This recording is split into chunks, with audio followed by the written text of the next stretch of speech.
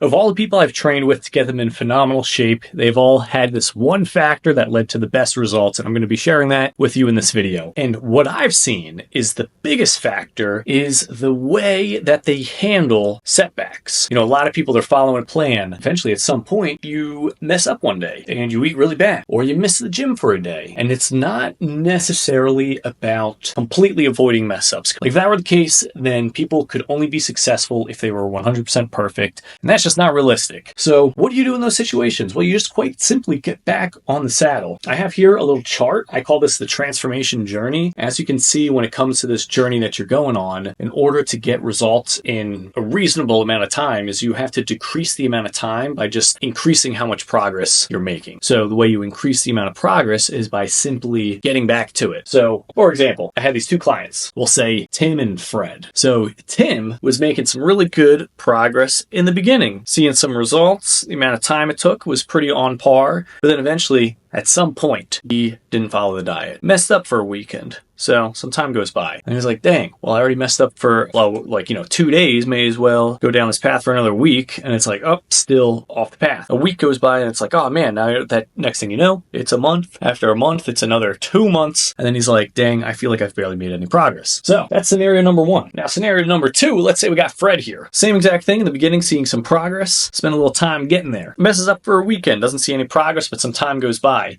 And then he gets right back on the saddle. He starts going back to the gym for a few days in a row. More time passes, but he's staying consistent and he's watching what he eats. And then some more time passes. And then eventually, after stacking up all those wins day in and day out, then he starts compounding that growth, and not as much time needs to pass in order for him to see that progress. And the next thing you know, he's doing so good, he could even mess up a couple weekends in a row and it's not even going to matter. So when it comes to getting those results, the best thing you could do is just get back on the saddle in as short a period of time as you can. Everyone that I've seen, it's not that they're doing things the wrong way, it's that they mess up and then they take way too long to just get back to doing what they need to do. Like, I've done it before too. I make the mistake of not following through all the way, and then I think, oh, there's something wrong with this thing. But it's like, I didn't even finish the thing. I didn't even fully follow it. I was following it, and then I stopped following it, and then I stopped seeing results, and then I blamed the thing that I stopped following.